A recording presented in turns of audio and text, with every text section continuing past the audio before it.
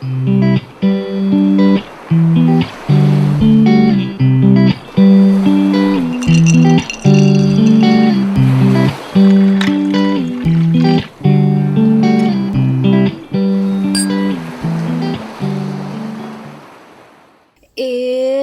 summer! Why do we like, comment, share, or post stuff in social media? Or the most basic, why do we use social media every day? Let us see what social media have to offer.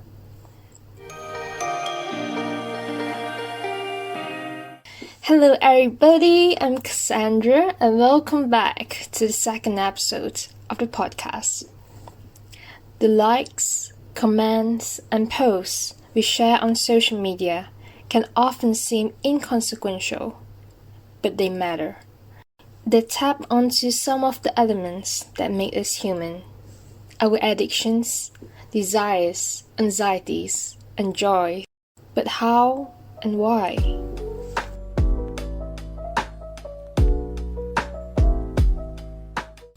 Why do we like being associated online? Whether it's chatting or posting? The thing about online is that it's so different with being face-to-face. When it's face-to-face, we can't organize our thoughts as much as we could, and it might also be harder for us to digest information. Just like how sometimes after we met someone, then we go back home suddenly thinking, oh, I should have said this instead. But I didn't thought of that at the time. Because talking face to face is emotionally involved, and we aren't just focusing in the content of the conversation. We have to read facial expressions, body languages, and we might get distractions from the surrounding too. But through online, we have the time to construct, time to think. We have the control on when to reply. And all this is about self-presentation. We position ourselves the way we want to be seen. And research said that the feeling we get from self-presentation is so strong that as easy as viewing our own Facebook profile can increase our self-esteem.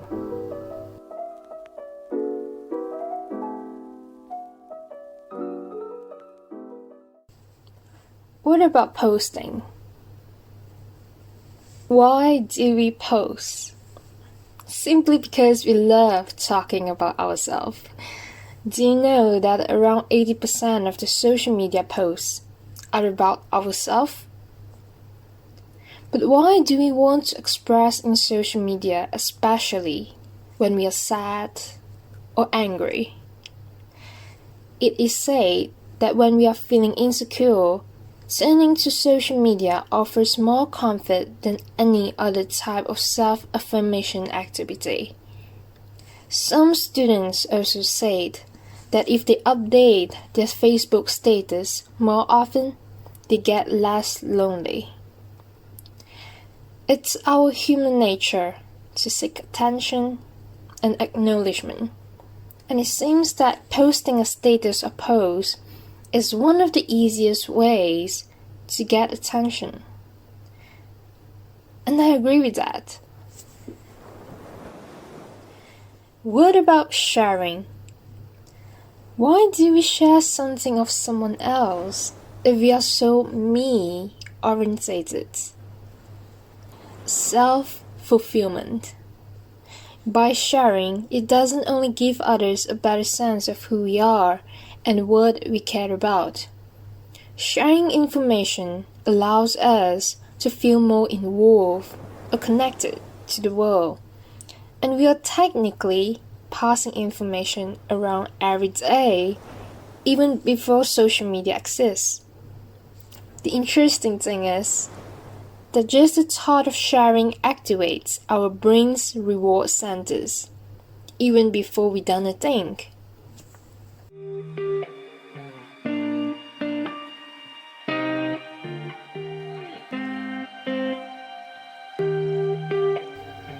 There is a strong connection between social media and our brain's reward center, where it processes rewarding feelings like food, money, and social acceptance. The likes, positive feedback we receive is seen as reward, and it gave us a sense of belonging. Besides that, when we like each other's posts, we add value to the relationship. When we receive likes from the few specific people, we tend to like their posts back. We feel obliged to give back to people who have given to us, even in a small way. The likes became a wordless nod of support, as the easiest way of saying yes or agreeing with something. What we may not realize is how often we use the likes for self-affirmation. A study of more than 58,000 people showed that based on the posts you like, some of your identification traits that aren't publicly disclosed can be predicted, say your age, gender, race, or etc.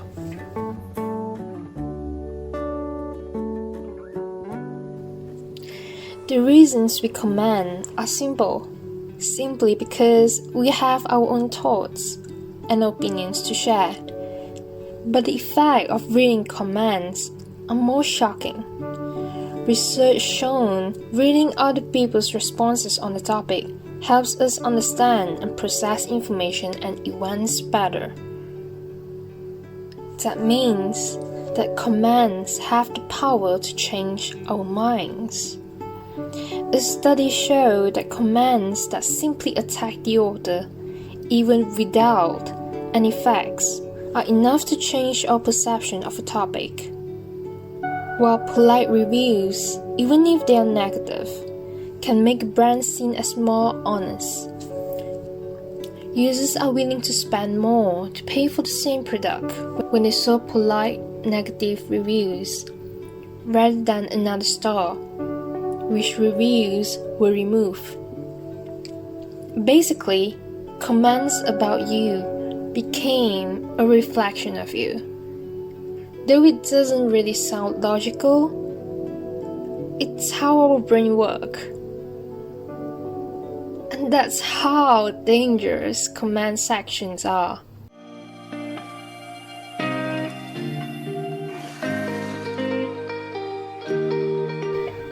Among the social media applications, I think most people opt for photo and video sharing platforms like Instagram, and especially these days, TikTok.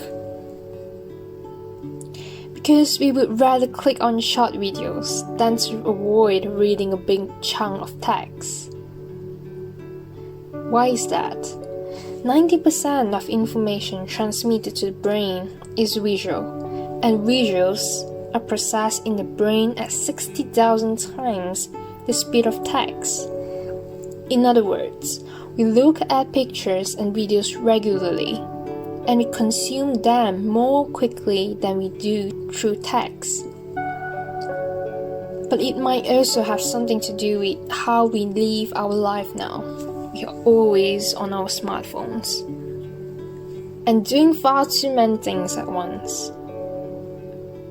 We no longer have the time to sit down 30 minutes to read through a long piece of text. We are far too busy texting, tweeting, or liking. We would much rather relax for 3 minutes and let the information flow over us by watching a video. And that's why these days, Instagram Reels, YouTube Shorts came into the picture. I think it also suits people with low attachment styles, and also the psychology that we think watching a 15-second video or less than minute video doesn't take much of our time, and we just click onto it just so subconsciously without thinking much. But how many people initially just thinking that they will spend just a few minutes in TikTok ended up spending more than an hour or maybe hours on the application itself?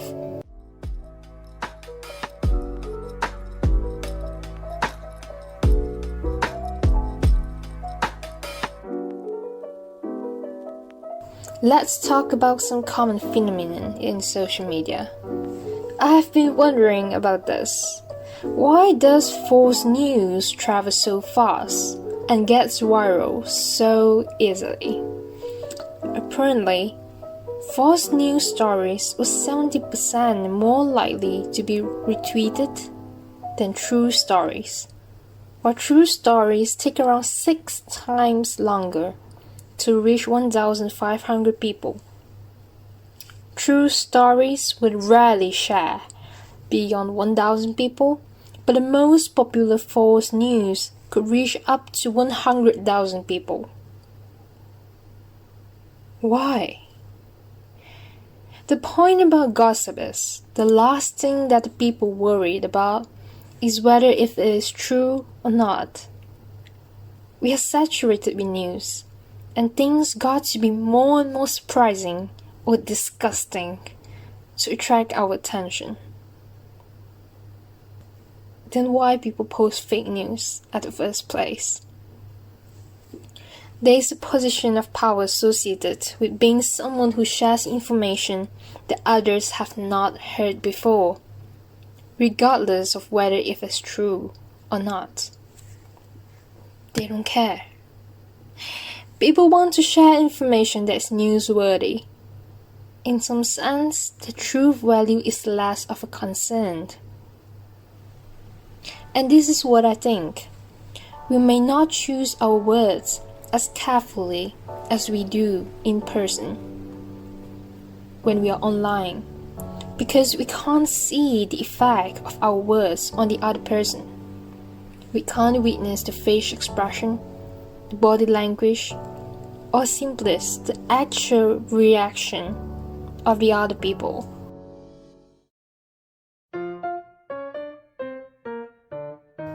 Fun fact: videos or photos of animals are more likely to get viral.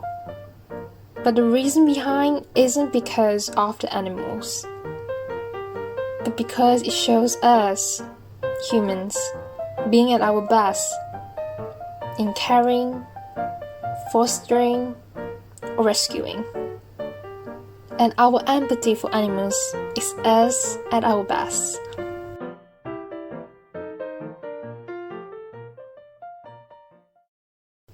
What social media is doing to us. The subconscious habit of looking at your phone and scrolling when you have just a few minutes off. The fear of missing out. In short, FOMO. Especially Facebook, Instagram stories that last for only 24 hours, there is a possible fear of missing out what happened to your family or friends. I remember my friend asked me if I ever check Instagram stories. When I said, no, not really, her instant reply was, you're missing out a lot. The idea of missing out itself can impact your self-esteem, trigger anxiety, and fuel even greater social media use. FOMO can compel us to pick up our phone every few minutes just to check for updates, compulsively responding to each and every alert, even if it means taking the risk while driving, missing out sleep at night, or prioritizing social media interactions over real-world relationships. And it causes anxiety. Some get anxious if they doesn't get replies instantly. It has been suggested that some people who are highly emotionally reactive and use text messaging excessively may actually feel rejected, isolated, and suffer deep anxiety when replies to their messages are not immediate. Many also felt uneasy if they left their notifications unchecked.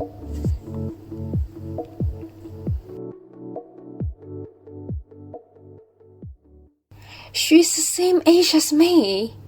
What am I doing with my life? They're having fun. They're so pretty. They own such nice clothing. What about me? The internet monologues that happen in our life every day about social comparison, but unrealized.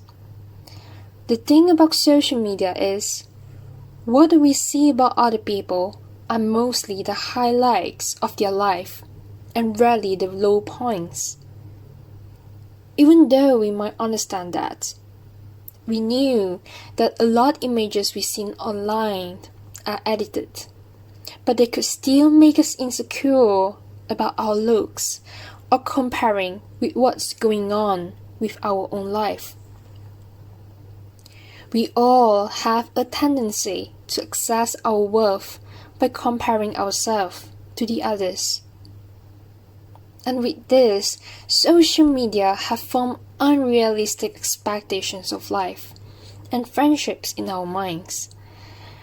Like the one to have partners or friends that are good in photography, so that they can help us to take many good photos and flex them on social media.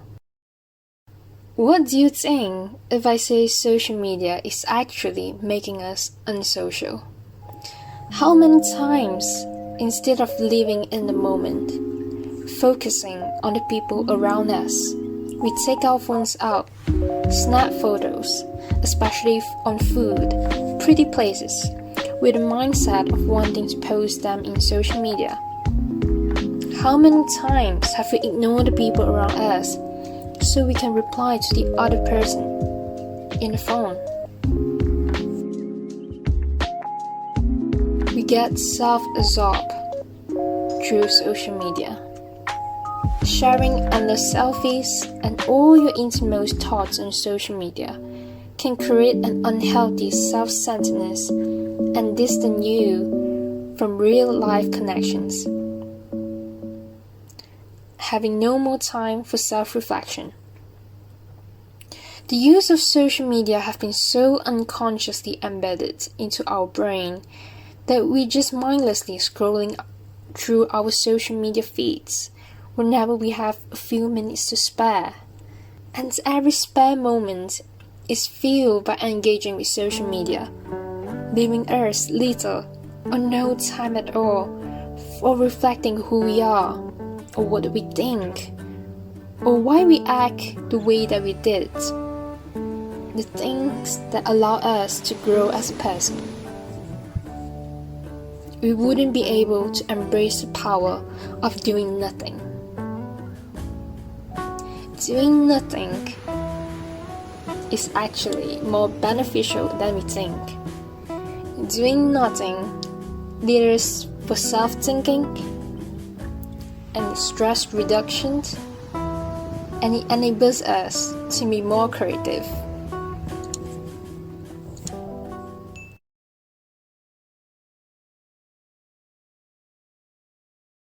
And subconsciously, social media have become our security blanket.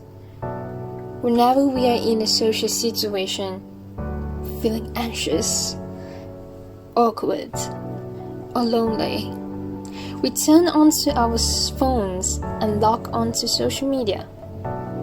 But interacting with social media only denies us for face-to-face interactions that can help ease anxiety.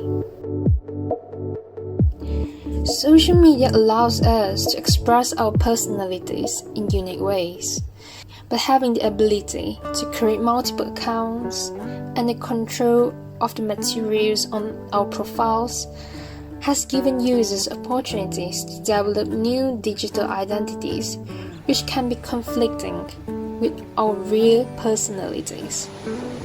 Through social media, people can alter their own social identities, changing the ways others perceive them through curated social media profiles, concealing our real identities by virtual ones. In other words, we are trying to hide what we really are, just to impress, just to be that desirable self that we want the others to see us.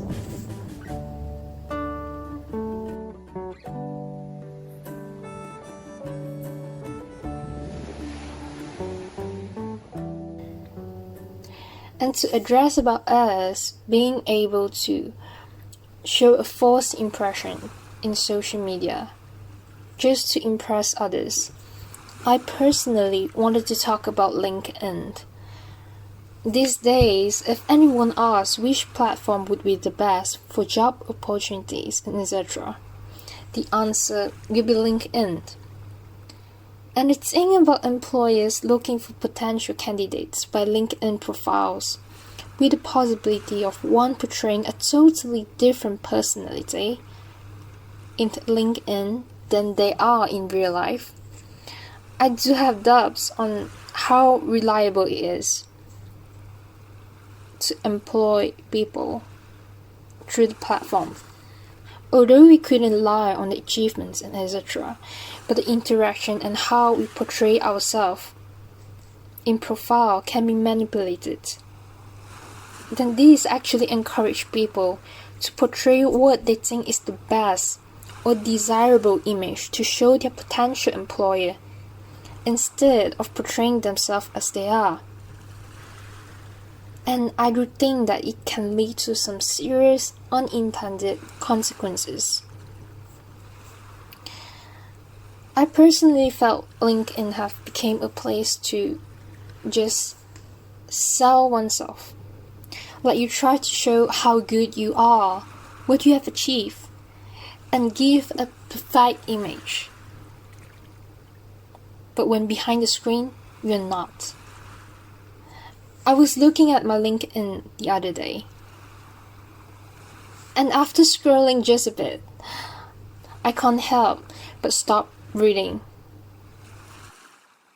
Every post felt so identical.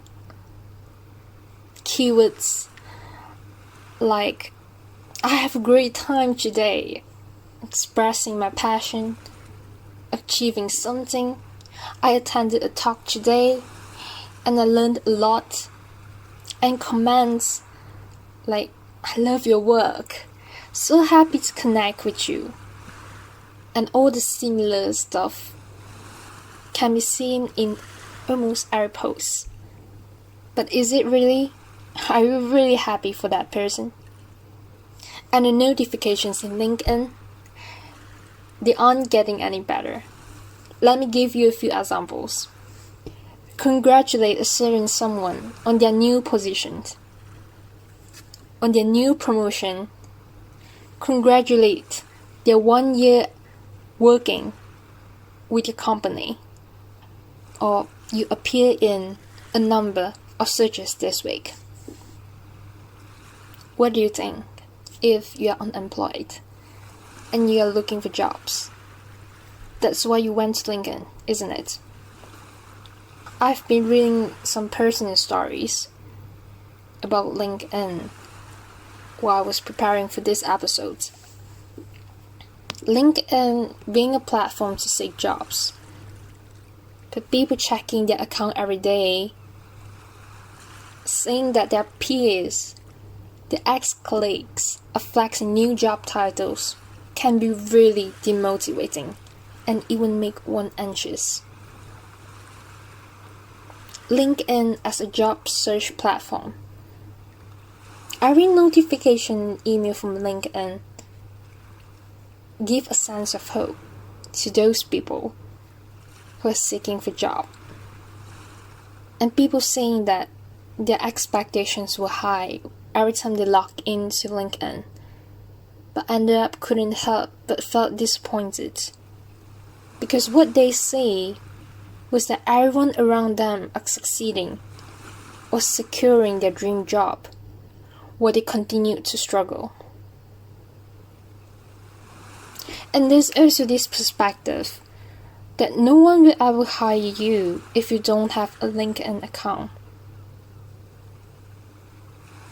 And is this trend going to be like no one will hire you if you don't have a degree? I felt LinkedIn have become a platform to kill creativity. And we are being programmed into what the society think of it as idea. Just like how when we are writing essays in schools, and some students would memorize essay samples of what will identify as the ideal way that you could score A's in exams. And is that really what employers are looking for? Someone also said that having social media that related to work, it creates an even more blurred line between your work and personal life. Of course, I'm saying this through my own experience and from what I saw in my LinkedIn profile. And I understand that everyone's LinkedIn will be different depending on who you follow, your peers, and who you interact with. Although LinkedIn has done a great job connecting people professionally, and I really like some of their features, especially like the LinkedIn Learning platform, where you can upgrade your skills anytime, anywhere you want. But other than that, are the relationships in LinkedIn feel genuine? Or do you think that they are more transactional? The scary reality is the more we rely on apps to forge or maintain connections, the easier it becomes to reduce people to their online presence. We have become our LinkedIn resumes, our Facebook profiles, our Twitter feeds, and we are constantly evaluating each other and ourselves. Photo sharing platforms like Instagram or TikTok might tell us that we are missing out and make us feel like we aren't attractive or fun enough. But resume sharing platforms like LinkedIn can tell us that we are not doing enough, not achieving things, or we aren't smart or successful enough. And is it how we want social media to be?